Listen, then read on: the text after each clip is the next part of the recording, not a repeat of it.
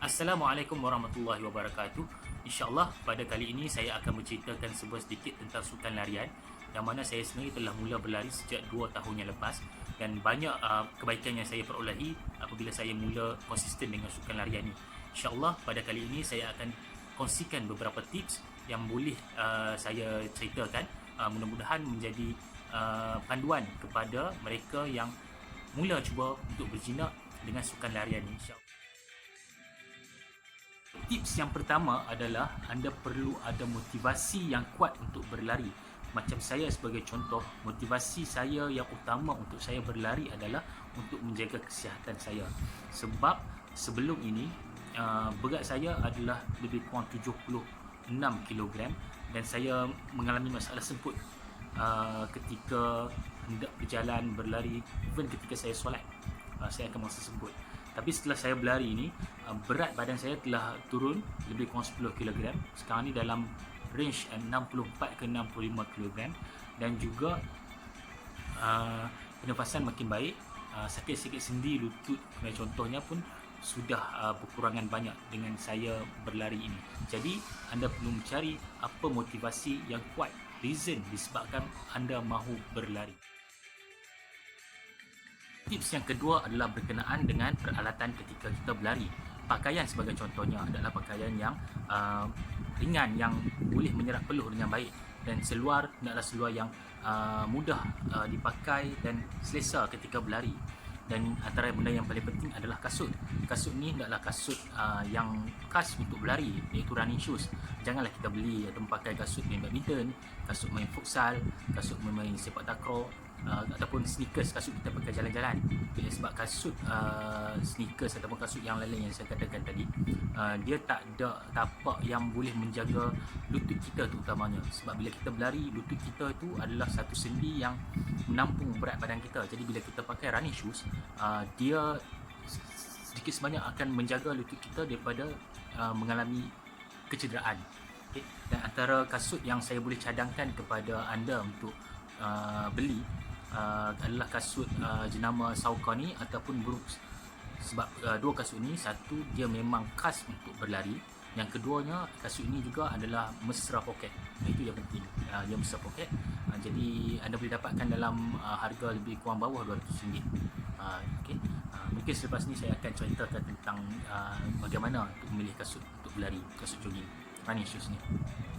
Dan antara benda yang peralatan yang satu lagi yang saya rasa penting untuk berlari ni adalah pouch bag. Pouch bag ni tujuan dia untuk kita meletakkan barang-barang peribadi kita, sebagai contoh kunci kereta, kunci rumah, telefon sebagai contohnya kan, dan juga duit sebelah sikit.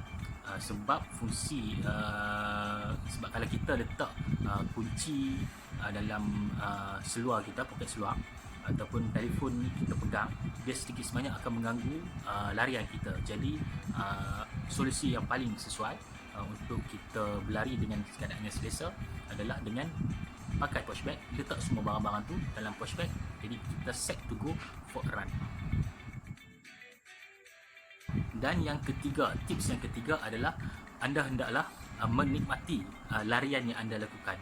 Jadi macam mana cara kita nak menikmati larian yang kita lakukan ini adalah dengan kita berlari dalam keadaan yang santai, dalam keadaan yang kita masih boleh bercakap. Okay? Dan lari ni saya syorkan untuk permulaan, lari ni jangan target jarak, jangan lari atas target jarak.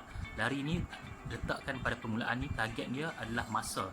Sebagai contoh, untuk permulaan minggu ni kita lari dalam jangka masa 20 minit sahaja dahulu. Okay.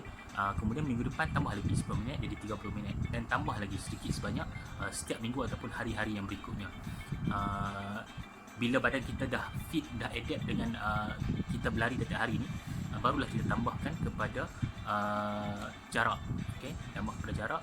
Dan bila dah selesa dengan jarak 5 km, 10 km, 21 km ataupun jarak full marathon 42 km, barulah kita perbaiki dengan masa pula. Okay, pace dicepatkan. Tapi untuk permulaan larian ni saya cadangkan lari dengan mengutamakan mengambil masa tu. Okay, 20 minit. Jarak berapa tak kisah, jadi 20 minit lari. Dan masa lari tu pun kalau nak jalan, kalau tak larat pun tak ada masalah. Yang penting anda bergerak dan anda berlari.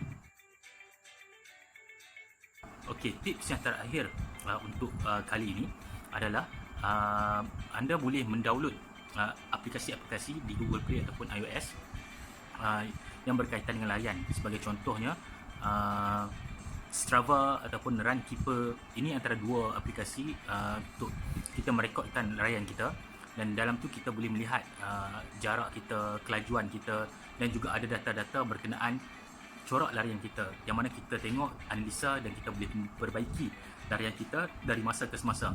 Dan dalam masa yang sama, di dalam situ juga ada ramai juga pelari-pelari lain yang boleh sedikit sebanyak memberi kita motivasi untuk berlari seperti mana mereka berlari.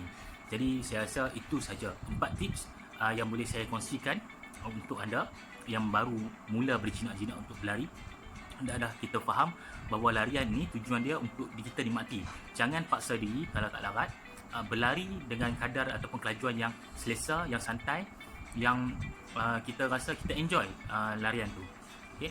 Jadi sekian saja. Mungkin insyaAllah ke depan kita akan ada perkongsian lagi lebih lanjut tentang larian ni.